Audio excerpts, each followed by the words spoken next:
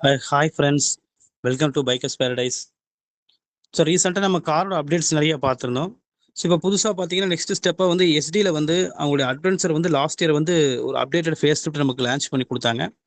So இப்போ கரண்ட்டில் பார்த்தீங்கன்னா ஹெச்டி ஸ்கிராம்ப்ளர் ஸோ அப்டேட் பண்ணி ஸ்லைட்லி பார்த்தீங்கன்னா டிசைன்ஸில் வந்து காஸ்மெட்டிக் சேஞ்சஸ் பண்ணி நமக்கு ரிலையன்ஸ் பண்ணியிருக்காங்க.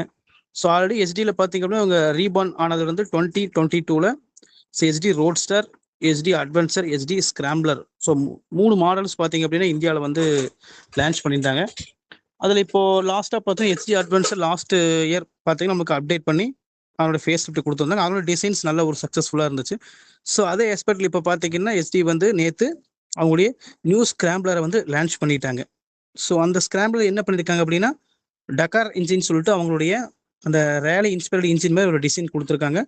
பட் டார்க் ஆகட்டும் பவர் ஆகட்டும் அதே 30 newton metre of torque and 30 BHP of power produce பண்ணுற மாதிரி அந்த இன்ஜின் வந்து கொடுத்துருக்காங்க. Same engine 4 valve liquid cooling engine தான் நமக்கு அதில் கொடுத்துருக்காங்க. ஸோ ஸ்லைட்லி சேஞ்சஸ் மட்டும் பண்ணியிருக்காங்க ஸ்டிக்கரிங் அண்டு கலரிங் ஆல்சோ பார்த்தீங்கன்னா டிசைனில்.